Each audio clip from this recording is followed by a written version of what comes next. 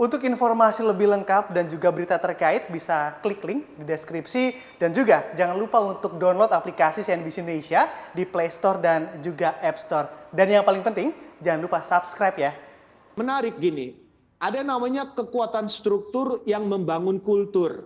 Artinya apa? Ada kekuatan kebijakan, kebijakan aturan, atau pembangunan layanan publik yang bisa membangun budaya-budaya baru yang lebih positif.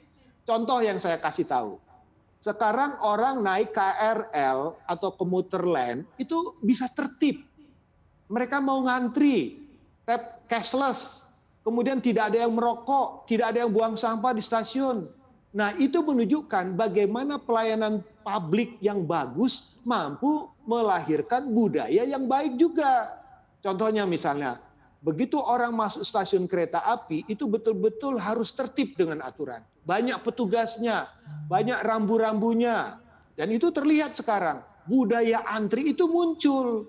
Nah, pertanyaannya, mengapa ketika pelayanan public transport di sektor perkeretaapian mampu merubah mentalitas warga. Tapi begitu keluar dari situ, tidak terbentuk.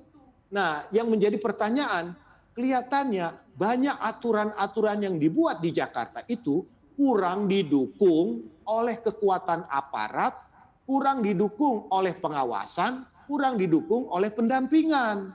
Jadi seakan-akan buat aturan, ya sudahlah, masyarakat yang penting tahu. Contohnya lagi, kita sudah membuat PSBB, coba PSBB-nya. PSBB 1, PSBB transisi, PSBB menuju ini. Lihat sekarang apa yang terjadi di Jakarta. Apakah dengan adanya PSBB di masa pandemi untuk mencegah COVID, itu merubah perilaku tidak? Tidak banyak yang berubah, orang merasa tidak begitu ada ancaman bahaya. Nah, pertanyaannya, mengapa banyak aturan-aturan yang dibuat itu tidak ditaati oleh masyarakatnya? Inilah yang saya katakan, ada yang hilang. Yang hilang itu apa? Budaya berkota. Bisa dikatakan orang di Jakarta ini belum mengkota, belum menjadi kota, baru mengkota. Pura-pura seperti warga kota. Kalau menjadi warga kota itu satu, dia peduli dengan kotanya. Dia punya perhatian, dia menjaga ketertiban, dia taat dengan segala sesuatu, merawat dan sebagainya. Itulah budaya kota. Nah, di sini ada kekosongan. Jadi begitu banyak aturan, begitu banyak prasarana dibangun, begitu banyak fasilitas dibangun, selesai dibangun tidak ada pendampingan, tidak ada pengawasan. Contohnya saja seperti sekarang. Trotoar sudah bangun di mana-mana. Lihatlah trotoar kita. Apakah masih digunakan oleh para PKL?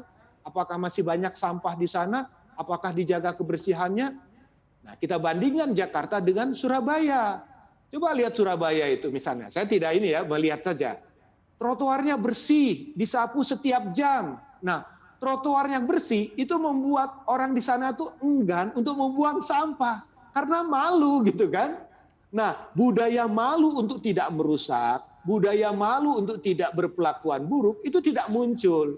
Jadi kelemahan kita adalah kecepatan kita membangun fasilitas kota, kecepatan kita membangun berbagai prasarana dan sarana kota itu kurang diikuti dengan upaya-upaya membangun kesadaran. Nah, inilah kata kunci mengapa dikatakan amburadul. Sekarang coba cek, siapa yang bisa membantu mengurangi amburadulnya kota. Salah satu, dari tokoh, dari pemimpinnya, pemimpin daerah. Bagaimana pemimpin daerah mampu menurunkan aturan-aturan yang bisa membangun budaya-budaya yang mendukung aturan tersebut.